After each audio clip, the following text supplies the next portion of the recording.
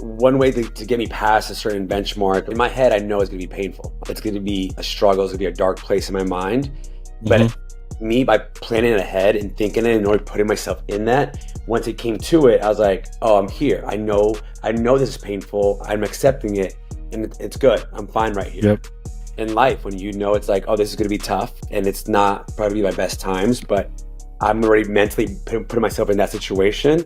Once it comes to you, you're like, oh, this is nothing new. I've been here before. Yep. I know what it's like.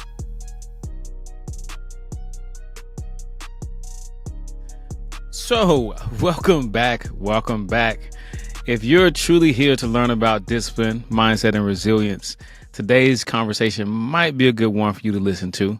Today, we have an entrepreneur, trainer, fitness instructor, and one of the people I know who is just simply not afraid to take a risk by betting on himself. Mr. Andrew Nunez is joining us today. Drew, what's up, brother? What's up, brother? How's it going, Tillman? How you feeling? Doing well, man. How are you? I'm pretty good, man. Can't complain. Feeling a little hot right now. I'm outside doing this interview, so it's gonna be fun. You may see me sweat a little bit, but trust me, it's not because you're offending me or that you've said anything crazy. It's just that I'm hot right now. Okay. Hot topic question. You never know, you know? Exactly. But welcome to today's discussion. Today, we're diving deep into an enriching conversation about mindset, discipline, and their profound impact on manhood. As we all know, manhood doesn't always have to look the same for everyone, and real strength lies in authenticity and personal truth. Join us as we explore what real men think, how we feel, and how we navigate the complexities of modern masculinity. Overall, man, how's life? What's going on your side? Man, life's been good. I mean, life's been good. No complaints. I'm definitely. It's a great question because it's kind of putting in this kind of leading way to another question as well. But it's hard to say that life's tough, even though you probably go through your own struggles personally. But also kind of getting the perspective of like you're blessed, right? I've other people, that stories you hear, things you see online, and other things that people are going through that have it worse than you. So even though I might go through some struggles, ups and downs, I always try to. The easy answer is I'm doing well, but obviously there's some ups and downs as I challenge. But I'm very blessed, as I could say, very thankful for what I have going on for myself at the moment. But yeah, pretty good. So what exactly does pretty good look like? I think honestly, I have a job that I love. I love what I do, right? I've been in the fitness industry for about like probably like 10 years now, I feel like. A while. I want to say like 15, but go ahead. 15, well, full time 10 years. Done 10 years. 15 total for 10 years full time. But it's been great. I love what I do. I love helping people. Obviously, it's never a day where I wake up and like, what am I doing? At one point in my life, I was feeling that, as you probably know. You and I probably know that during that time. For sure. But when I made that transition and that jump to like taking a risk of like, you know what, let's try this out.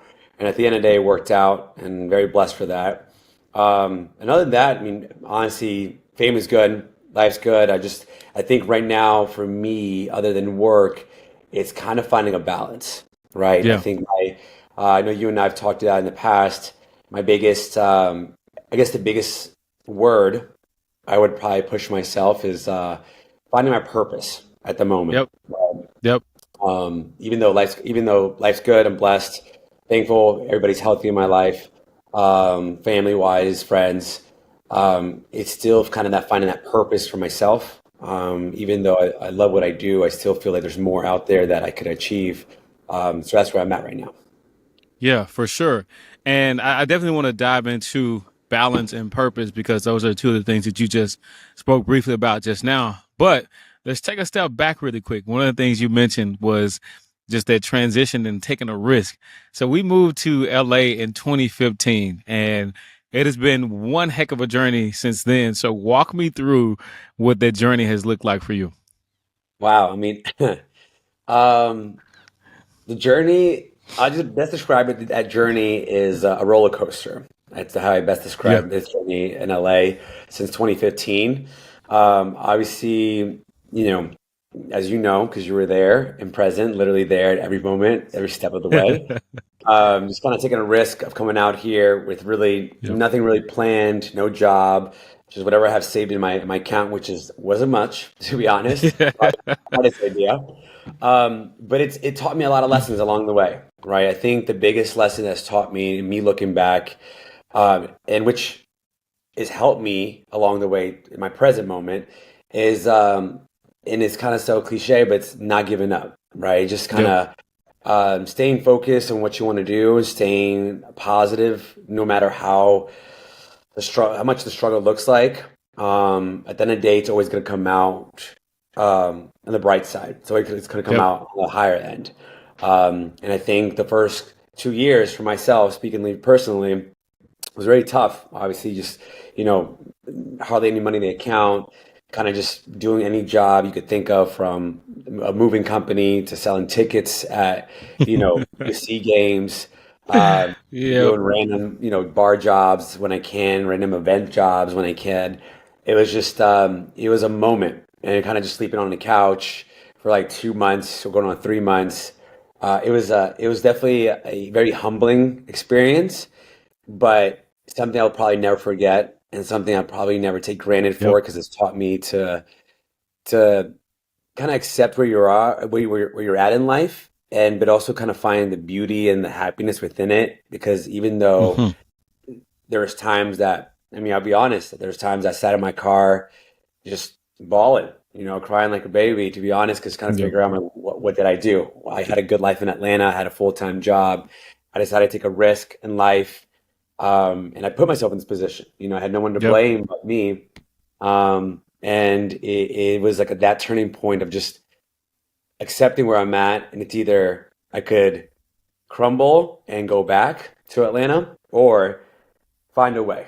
And I make the best out of this moment, be thankful for what I have now. I know I'm not alone, which I wasn't. I had you, I had other friends as well. But it's just, it was just a moment where it's like kind of finding the beauty within that moment, and finding the happiness, and kind of building Yep. on top of that step by step. Yeah. And what's interesting is like during that time period when we came to LA, it just happened to be one of the hottest summers that we've ever experienced here. And I haven't experienced a summer that's been that hot since.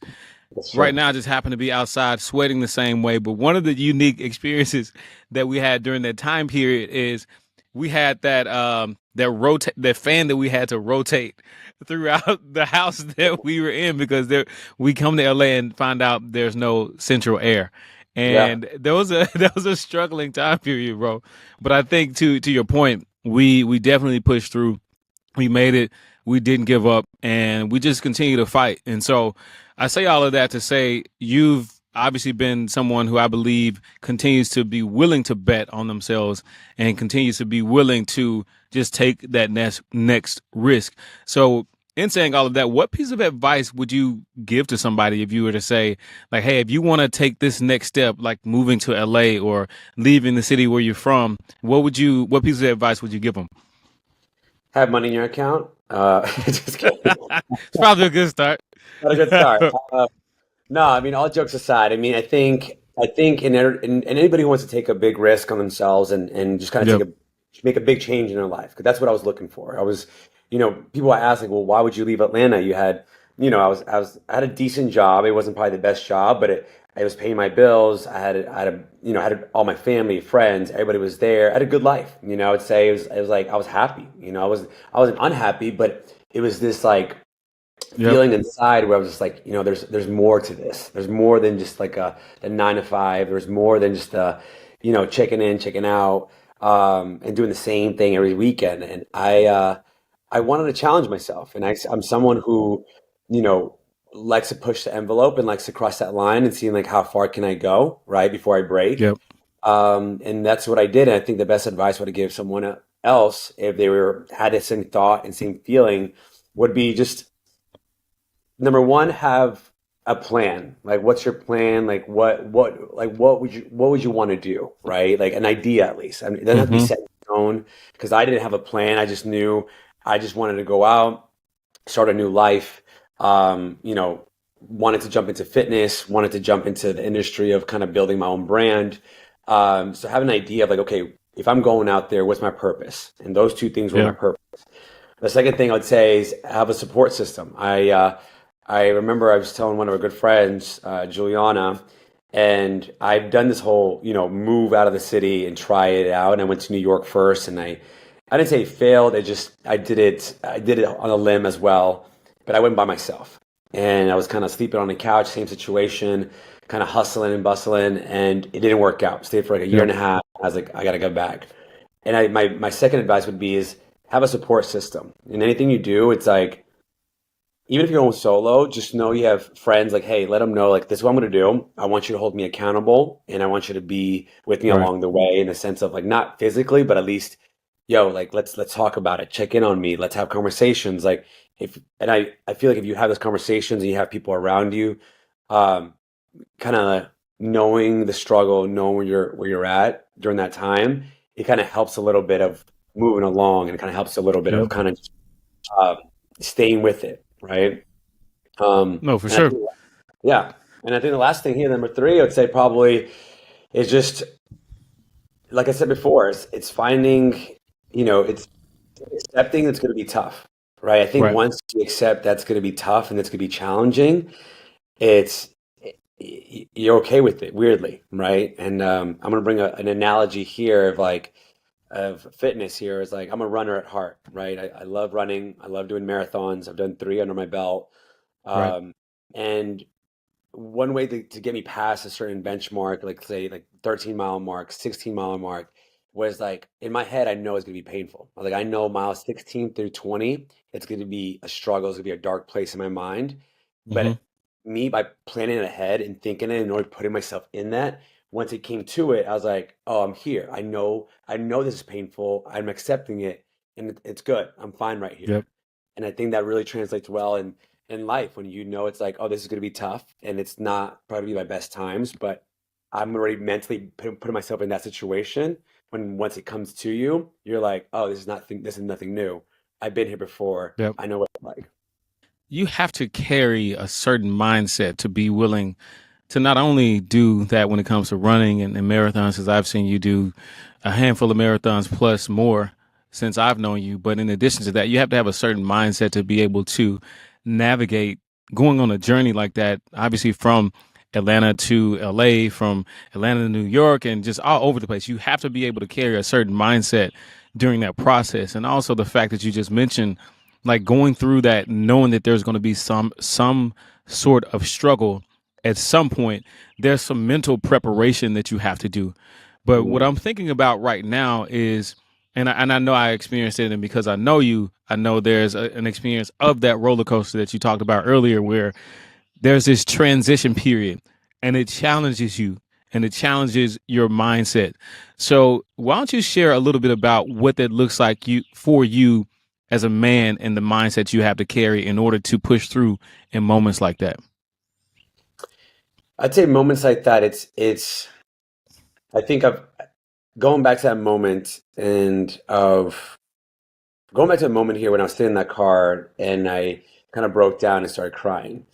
And as a man, it's like, let's be honest, like these days are different, but back in the day, I would say, and I say back in the day, like we're older, but like I'm hitting that old stage now. But back in the day, it's one of those things like you got to be tough, right? You got to be Yep. tough.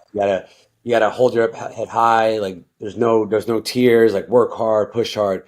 But at the end of the day, like I think that moment Right. really was kind of like a pivotal moment because I was kind of like just because I'm like crying right now in a car, like literally tears running down, Right. doesn't mean I'm weak, right? Because at the end of the day, I'm out here. I'm out here. I'm doing it. I've done everything I can. Doors have shut down. Things are not opening up. It's like, but I'm feeling. I'm like sitting there in my feelings, and I'm just like feeling this moment. And I realize it's like this doesn't define me as being weak. This doesn't Yep. define me as being a failure or whatnot. I think it's more of like it just defines me as being human, of like caring for something so deeply, right? Hmm. And I think that's just like something that for me was like a mental shift and a change of like sometimes like, if you it just shows you you're human. It shows you like you care so much and you're passionate about it. Like let's be honest, like we Yep. see grown men out there and like they talk sports, right? NBA, NFL, whatever, like, see these grown men crying when they lose a championship or whatnot is because they put their heart and they're Yep. passionate about it. They want it. And it doesn't mean they're weak. It just means that there's something that they've put, blood, sweat, tears into it, and they believed in it so deeply that I think it's like this stigma they have, like if you cry, that means you're weak. And I've learned that along the way, being out here in LA, that I've hit some walls and I've hit some moments where it's like, you know what? I'm gonna cry. Like I'm feeling this right now, and it's because I care so deeply about it, and I'm Hmm. okay with it. So I think it's just that was the moment for me that mentally, I think it's just like accepted. Like, hey, like in anybody, whoever says like, hey, do you think guys should cry? I'm like, yeah, 1,000%. I think it Yep. shows you who you are, and it kind of opens a new door for you, right? Right. It kind of opens a new like space in your mind where it's like, oh wow, like I feel this and I understand this and like this is how much I cared about it and it shows you how much you cared about it. Yeah. Talk to me a little bit about what opening the door means to you. I think to me opening the door is I think accepting when you're wrong, right? I think for me is like you know, you're sad, accepting when you're mad, accepting when you're wrong. I think sometimes we like to play, that ego where it's like, Hmm. you know, I'm perfect, I do great, I'm not sad, I'm tough, I got this, nothing bothers me. But in reality, it's like, it's okay to it bothers you. It's okay that you're sad. Like it hurts. And I think that levels you up so much more when you're aware of how you feel and your feelings than rather you try to fight those because there's a time in my life that I was fighting feelings, right? I was fighting that like, oh no, like I'm tough, I got this, I don't need to be sad, or like, no, that didn't hurt me, or you know, Yep. I got rejected, it's fine, like on to the next one. But in reality, it's like that you're just the only thing you're doing is literally just sweeping it underneath the rug because at the end of Right. the day, it's gonna always gonna come back around some shape or form. And it's funny I'm saying this now because I had a conversation with a friend of mine and I said that a lot of things that I've suppressed in the past and kind of just like sweep it underneath the rug and kind of just like let it pass me and like it's fine, I'm good. I think now, I think now it's everything's just coming up, right? It's like Right. going out and it might be not as clear as day, but it's showing out in different things I do in life and different Okay. friendships I have and different relationships I have. It's like, why am I acting this way? I never used to be this way, or why blah blah. And I start thinking and sitting and writing stuff down. I'm like, oh wait, I used to be this way and I used to sweep it underneath the rug, and now this is coming out in this friendship. Or I used to be Yep. this way and this I used to be that angry, but now this is getting me really angry, and I'm like blowing up on this. Why am I blowing up? And it's like, oh, it's because I used to in the past be this way, Hmm. and I used to run the rug like, oh, I'm fine. And I think that, and at the end of the day, I rather my advice to anybody out there is that to feel those feelings, to sit there and like accept them and like, yo, I am sad right now, and have to like go through it instead of just like, let me sweep it, and like let's pass by it, like live it, be in it and realize it. And I think it's gonna help you in the long run. So it sounds like there was something that sparked that change for you. Walk me through what that was. It's a great question, actually. I think that's what sparked that up for me. I think it was just more of I started realizing that here's two things. One thing I always fought against, and an old friend of mine back in the day, years back, would say all the time, like, "Oh, Drew, you're such a people pleaser," right? And I used to fight that completely. I was like, "No, I'm not. No, I'm not." Right? I'm like, "I'm not." Yeah.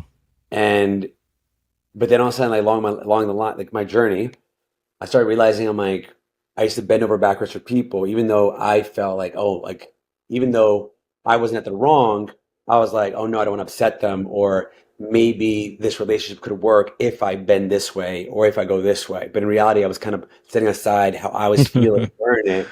And then it was just like realizing I'm like, oh shit, I'm pleasing them But at the end of the day, like I'm not looking inside myself, like how's this making me feel? Right? Or it makes me question myself, like, am I a bad person? Just because they would say, oh, you're this, and that.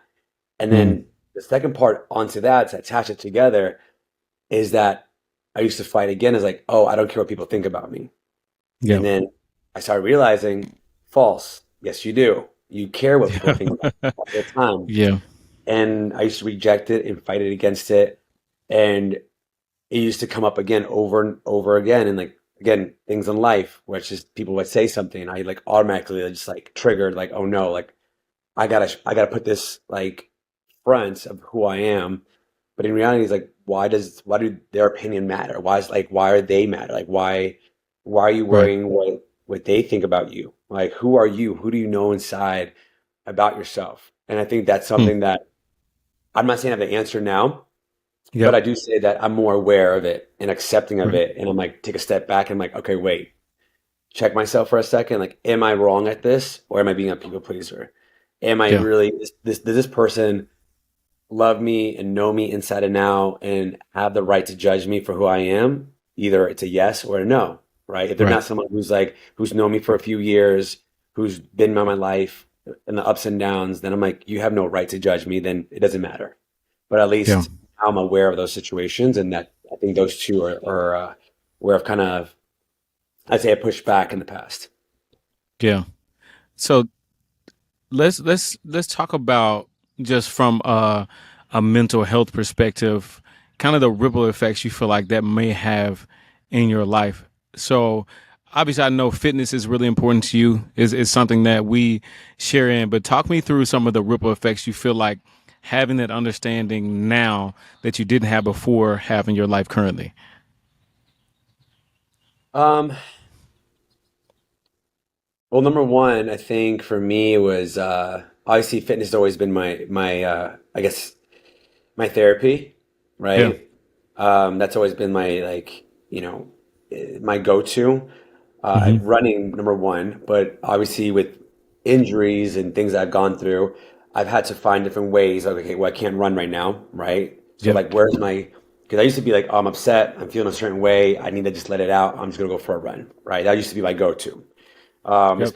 past 2 years, I would say probably has been the most challenging in my life. Um, and obviously I've gone through injuries and relationships and just life in general and jobs and things like that and family stuff that when running wasn't there for me and what still not is still isn't there for me. I've had to, okay, let me shift to something else that kind of opens the light for me. And I think what's helped me out and what I've started doing a lot more is writing things down, right? Hmm. But pen to paper and just at the end of the day, I was like, well, what am I supposed to write? How do I start this? And at the end of the day, I was like, you know what? I'm just going to just write whatever's on my mind. Just like Right. flow, right? Just flow. Even if it doesn't make sense, I'm like, where am I going with this? But I just like write thoughts, like words. I'm thinking, just whatever my day was, whatever I'm feeling. If I'm feeling sad about something, I'm feeling happy about something, just kind of put that pen and paper. And also kind of just finding someone who, if it's not a therapist, because that's something I've tried to before, I think that's also huge. That I feel like something we've never, not, I'll take my personally, I think I've ever grown up, and it's also my culture too. Let's be Yep. honest, if you want to get a step further and culture wise, like, no one says like, all right, I'm Hispanic, and no one's be like, oh, like you do therapy, right? Talk to someone, and no one Right. like you didn't grow up thinking about. No one like my parents didn't do that. No one did that, right? So it's something I've kind of tapped into is doing therapy that I feel like has helped me a lot. Um, and alongside it, even if you are not taking that route of a therapy, like find a therapist is just also like finding a friend to share your thoughts with, It's just like asking someone, hey, like I have some thoughts I want to, kind of get your feedback on, or this is how I'm feeling. Like, let me see if you relate to this. And I think that's definitely helped me along the ways, having people in my lives that, could relate or at least to just hear me out and like give me their view on whatever I might be feeling during that moment. Yeah. And I'm not sure if you can relate, but just kind of thinking about some of the things that you mentioned earlier in learning that there's a value of going through like all of your emotions and experiencing all your emotions. And for me, you kind of carry this mentality that as a man, you're supposed to be willing to carry the burden of everything. And then when I got into therapy, I started to realize that there's all these things that I had been carrying throughout my entire life, trauma that I didn't need to carry, doing things for people that I didn't really need to do, being that people pleaser, and so much so that I became a proud people pleaser and been happy to help people at the sacrifice of myself.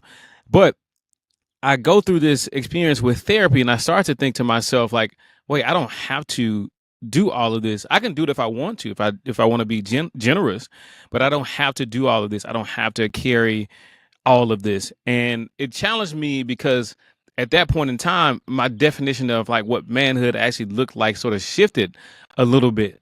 So, how does that actually compare to your experience? Well, I mean, I'd say for comparison to my experience, I think it made me view things differently a little bit, in the sense of just kind of like, I mean, I would say it's probably the sense of like kind of how obviously I'm in a step in life where I'm like, obviously want to find a partner, right? Find a wife, someone who to grow a family with, to build a team, to build an empire, all the good stuff, right?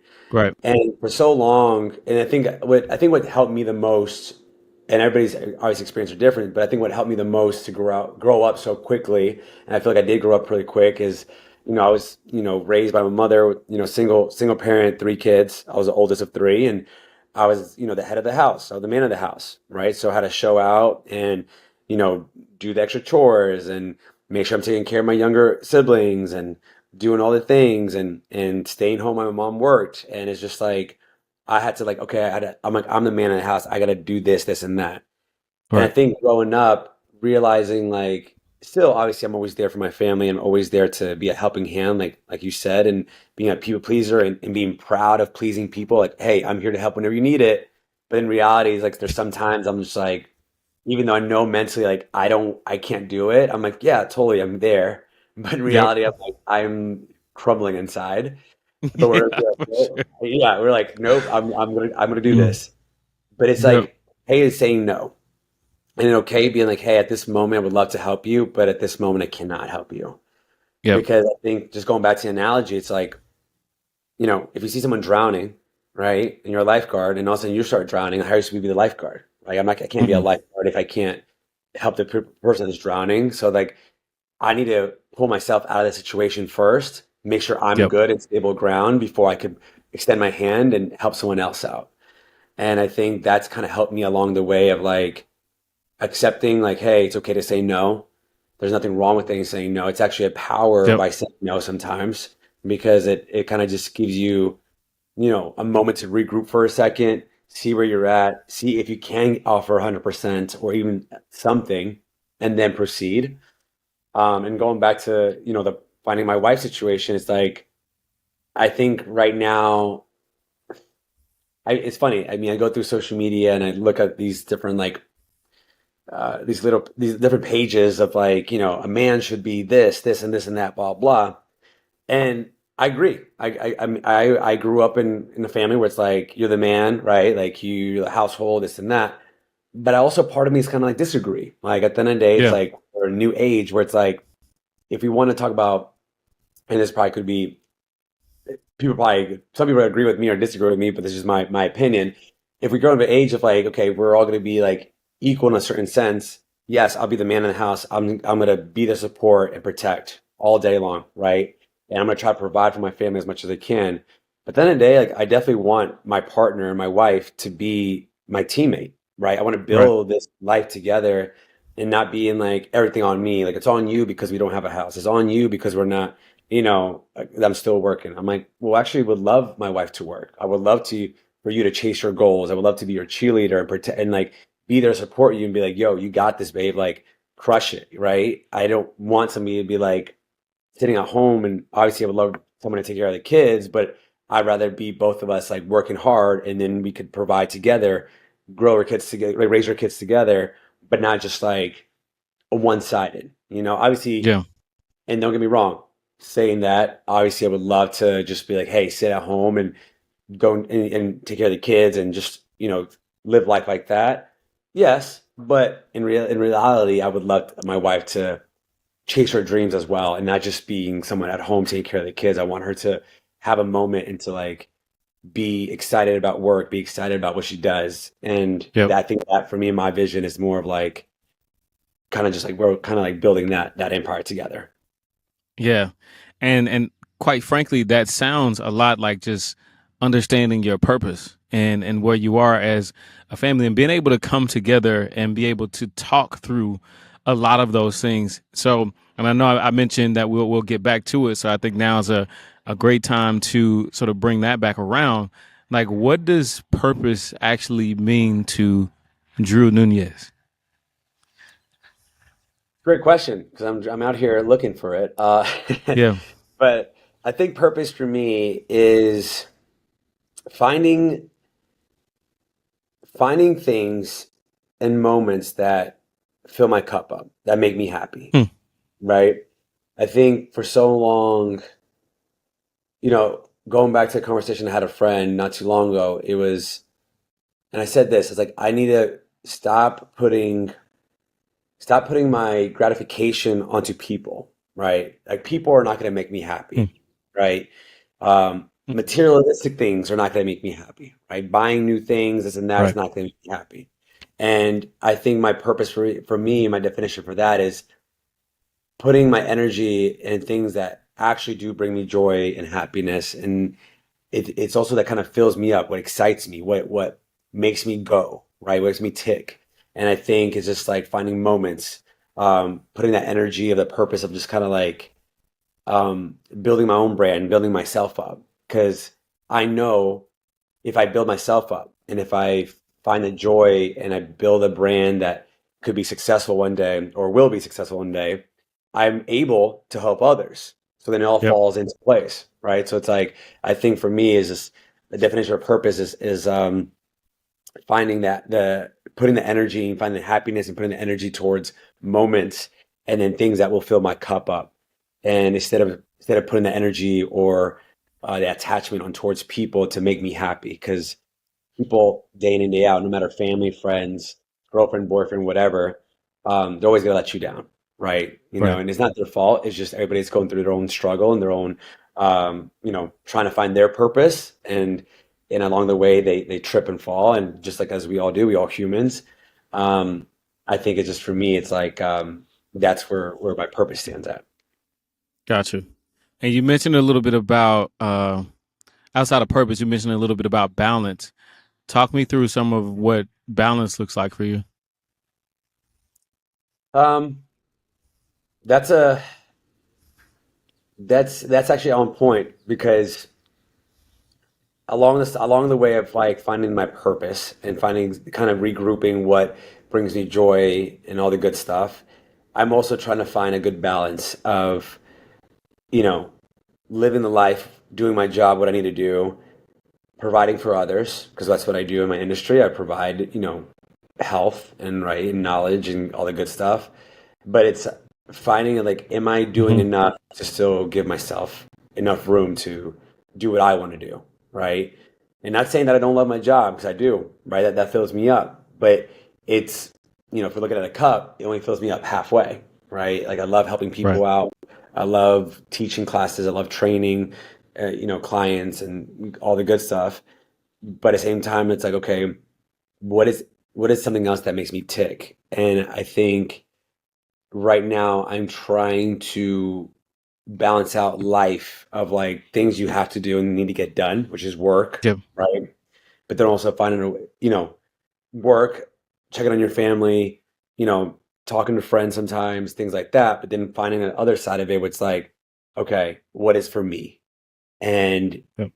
I think what I'm doing with that is just kind of like clearing the way and going back to what I said before is like learning to say no to things and being okay with Hmm. that because Yep. that's going to open doors of like more time for myself when I could Yep. say, "Hey, I'm sorry, love you, but I need to let like either schedule a date, a time to do it, and then open a space up for yourself because you got to give yourself just like a workout, right? You got to give yourself time to work out. Hey, this time from this time to this time, I need to give myself that time to work out or that time to like focus on my new project, and that's something that I'm working on currently. Yeah. And you know what that makes me think about? I was reading this article from the National Council for Mental Well-being, and they said in the United States, almost half of adults, which was 46.4%, will experience a mental illness during their lifetime. And I was also reading a separate study that from, I think it was the University of South Australia, that found that physical exercise may be 1.5 more times effective than traditional counseling or pharmaceutical intervention. And I know we talked a little bit about therapy earlier. Like, how does that compare to what your expectations of the benefits of fitness are? That's a great question. I mean, I think both are great, right? Hmm. Even me doing both and trying both. For me, and this is only speaking for myself, they're giving me two different. I use them for two different ways, right? Hmm. I think both are great. Me personally, it for me it works in two different ways in the sense of like when I talk to a therapist, it's more of a I'm listening to their opinion, right? I'm listening to like okay, what their viewpoints because I love listening. I love like, hey, this is what I'm feeling. This is where I'm at. What are your thoughts on this? And they tell me their thoughts.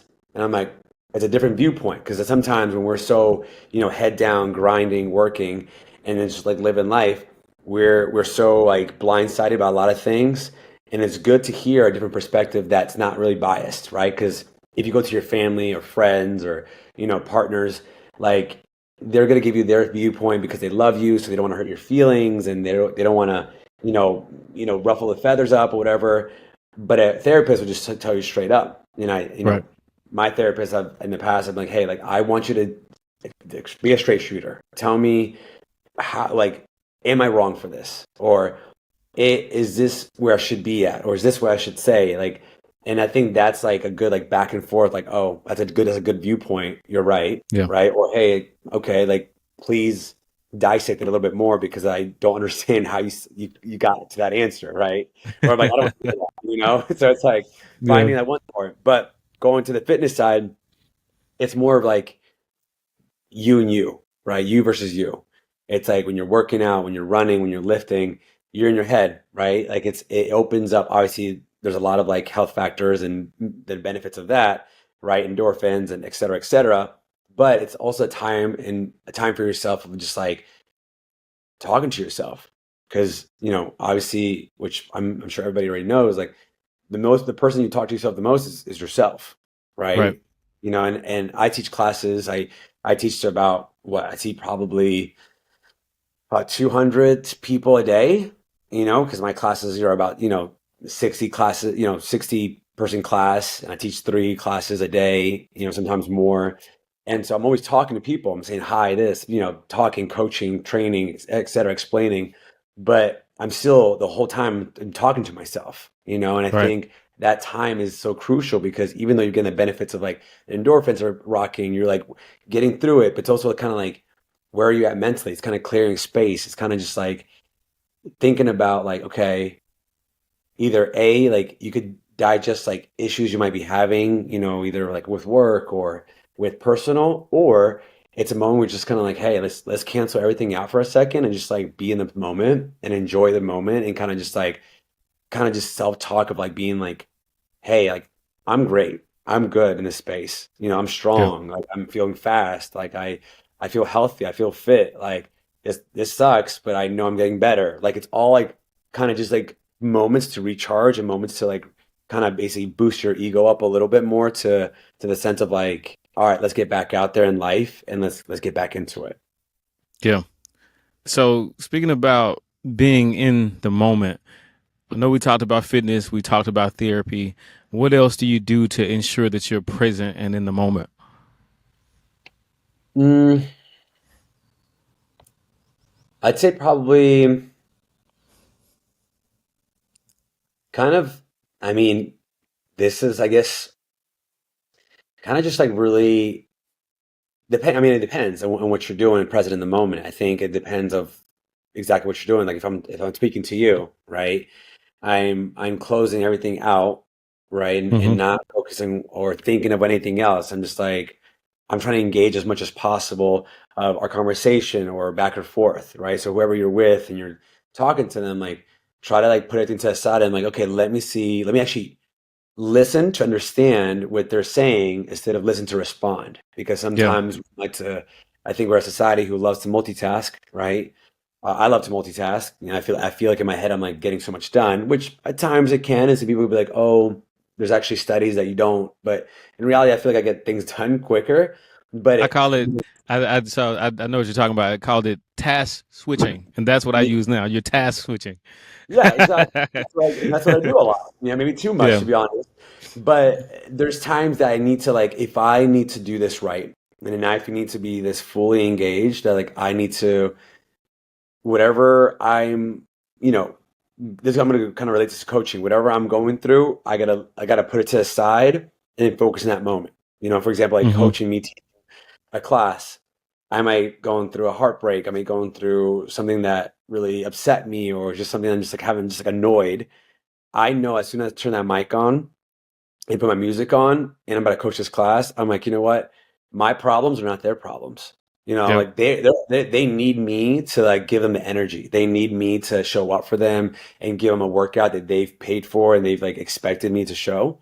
So it's like I've kind of had to like, all right, snap my fingers, close that out for a second. 60 minutes of like this is like in the zone and I'm locked in. And I Yep. think that's kind of taught me honestly that's kind of taught me in like everything in life too like if I'm just going through it in the moment whatever I'm going through like I gotta like put everything to the side and like okay what does actually matter at this moment and whatever it is like this matters and I'm gonna like shut things out phone away you know kind of just like mentally block things out like this is my time that I need to focus on this moment. Yeah. So speaking of being present, there's like this fly that's just constantly going around, man, and I'm trying to be locked in on this energy. It's and, testing you right here, it's a test. it's a test in real time, and we all get to see it. But in saying all of that, bro, and there's a lot of thoughts that I'm having, but I want to hear from you. What are you doing right now that you wish you were doing 10 years ago? Ooh, that's a great question. I never what am I doing right now that I wish I'd done 10 years ago?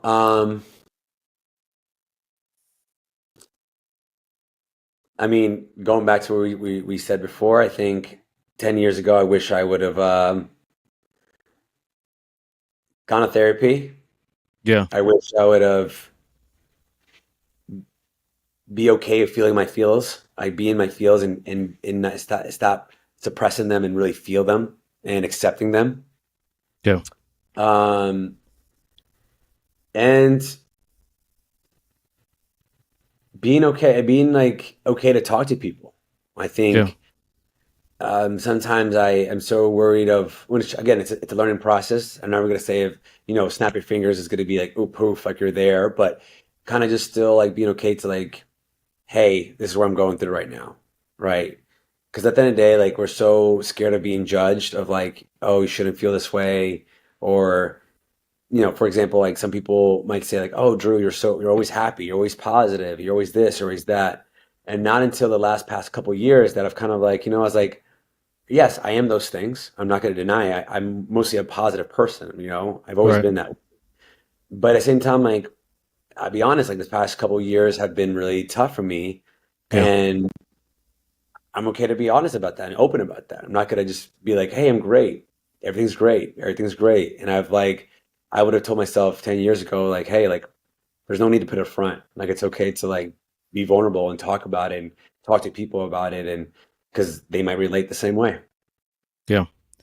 So in that same timeline, the same time period, how has your definition of manhood changed? I mean, it's changed. I think it's changed definitely a lot. A lot. I'd say. I think it's being. At the end of the day, the key word is to be more vulnerable, right? Being Yeah. vulnerable with everything. Um, how I view. Also, how to be. I mean, even in better sense here. Like, I'm gonna take a step further here. How I view women, I'm going to touch on that aspect. Like back in the day, right? Like we always like, oh, like, back in college or whatnot, it's like, oh, like I got these girls, blah, blah.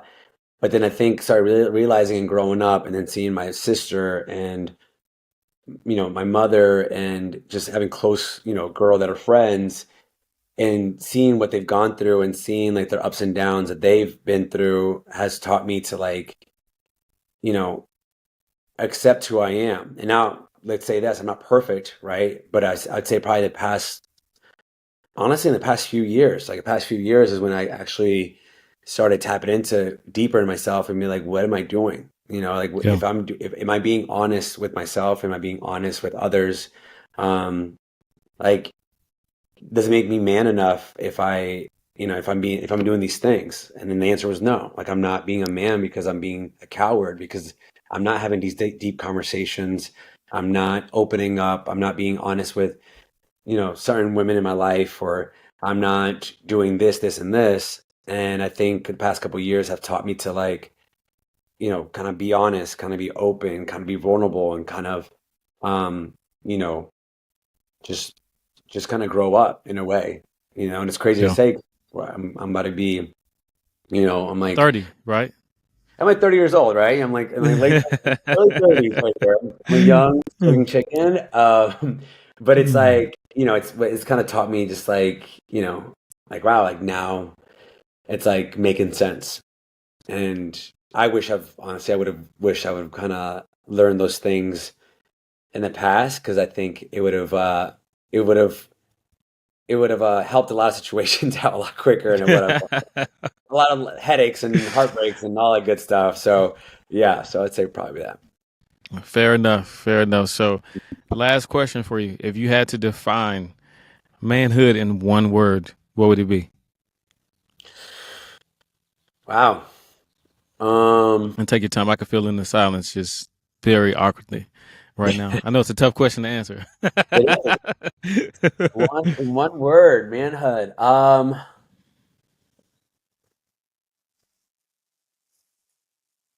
I mean, honestly, the only word that comes up to my mind right now would be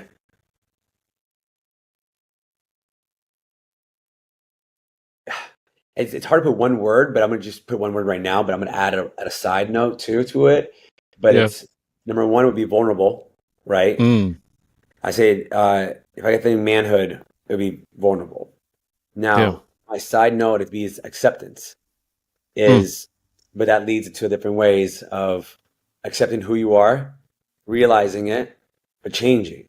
Because Mm. at the end of the day, it's okay to, we're not going to be perfect. We're humans and we're going to mess up. I still mess up every single day, right? But Yeah. that's the beauty of it. As long as, in my theory, as long as you are aware of it, you accept who you are and like, hey, this is where I'm at, but I want to change this because I know I could be better. Yeah. I think it's huge. I think it's huge. Powerful stuff, bro. Powerful stuff. Oh man. So how can people find you? Like where are you right now, social wise? Like the show is yours right now, brother. Yeah, you can follow me. You can follow me on my Instagram, Drew Nunez PT. First name, last name, and personal trainer. And I'm in Los Angeles. So whoever you're listening for all around the country, hopefully all around the world as well. Los Angeles, where you find me. In regards to I Hope do so. all things. Hope so, right? All, I do all things fitness, personal training, all the good stuff, and varies as well. So catch me on Instagram or I'll see you in LA. My God. It's been a privilege as always. Today, of course, we discuss how mindset and discipline shapes the essence of manhood and how these elements offer us the freedom to redefine what it means to be a man in today's world. So remember, discipline equals freedom. And while manhood can look different for each of us, the core values of authenticity, resilience, and integrity remain universal. We are the disciplined man, and this is what real men think. Until next time, Drew, appreciate you, bro. Thanks, man. Thank you so much.